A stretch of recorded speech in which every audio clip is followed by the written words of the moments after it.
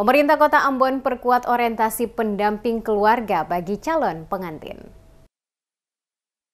Dinas Pengendalian Penduduk dan Keluarga Berencana atau DPPKB bersama TPPKK Kota Ambon memberikan orientasi kepada tim pendamping keluarga atau TPK sebagai garda terdepan dalam upaya penurunan stunting. Orientasi tersebut ditujukan bagi 142 TPK pendamping pada 5 kecamatan di Kota Ambon, terdiri atas bidan, kader PKK, dan kader KB. Ketua Tim PKK Kota Ambon, Desi Kaya, mengatakan peran keluarga perlu dioptimalkan dan menjadi entitas utama dalam pencegahan stunting. Untuk mengoptimalkan peran tersebut, perlu dilakukan intervensi berupa pendampingan oleh tim pendamping keluarga atau TPK yang beranggotakan kader KB, kader PKK maupun bidan.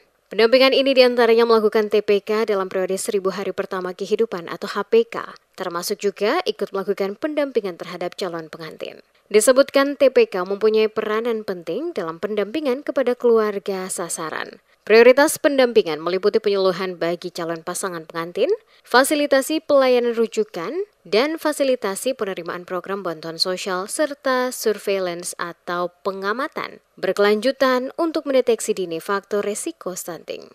Kegiatan orientasi pendampingan tim pendamping keluarga kali ini sangat penting dalam upaya peningkatan pelayanan terhadap calon pengantin di Kota Ambon, khususnya dalam rangka menanggulangi masalah stunting yang menjadi perhatian serius bagi kesehatan generasi ke masa depan. Pada kesempatan yang sama, Ketua TPPKK Provinsi Maluku, Nita Sadli, menghimbau calon pengantin wajib melakukan cek kesehatan 3 bulan sebelum menikah agar dapat mempersiapkan generasi berkualitas di masa mendatang. Dikatakan calon pengantin harus dipastikan memiliki kondisi kesehatan dan status gizi yang baik. Jika tidak, maka generasi yang dilahirkan kemungkinan akan mengalami masalah, diantaranya stunting atau gagal tumbuh yang akan berdampak buruk bagi kehidupan anak. Ia juga menyarankan agar sebaiknya calon pengantin memiliki sertifikat dari aplikasi elektronik siap nikah dan hamil atau ELSMIL sebelum menikah. Saya menghimbau beberapa hal kepada semua, khususnya untuk para calon pengantin. Calon pengantin harus melakukan pemeriksaan kesehatan secara menyeluruh sebelum pernikahan untuk memastikan kondisi kesehatan kedua pasangan memiliki status gizi yang baik dan bebas dari penyakit menular yang dapat mempengaruhi kehamilan.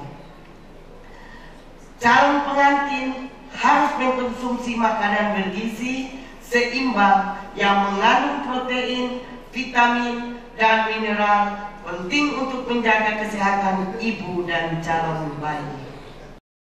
Sementara itu, pejabat Wali Kota Ambon, Domingus Kaya, dalam sambutan dibacakan Asisten 2 Robi Sapulete mengatakan, permasalahan stunting yang merupakan salah satu bagian dari Double Burden Malnutrition atau DBM mempunyai dampak yang sangat merugikan, baik dari sisi kesehatan maupun dari sisi produktivitas ekonomi dan dalam jangka pendek maupun jangka panjang.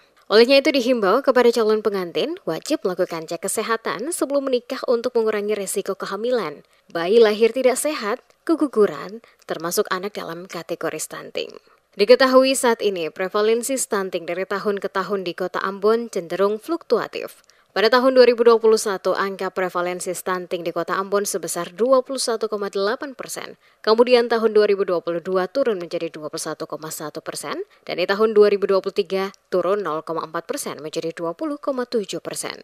Namun secara jumlah saat ini masih terdapat 353 anak stunting di Kota Ambon.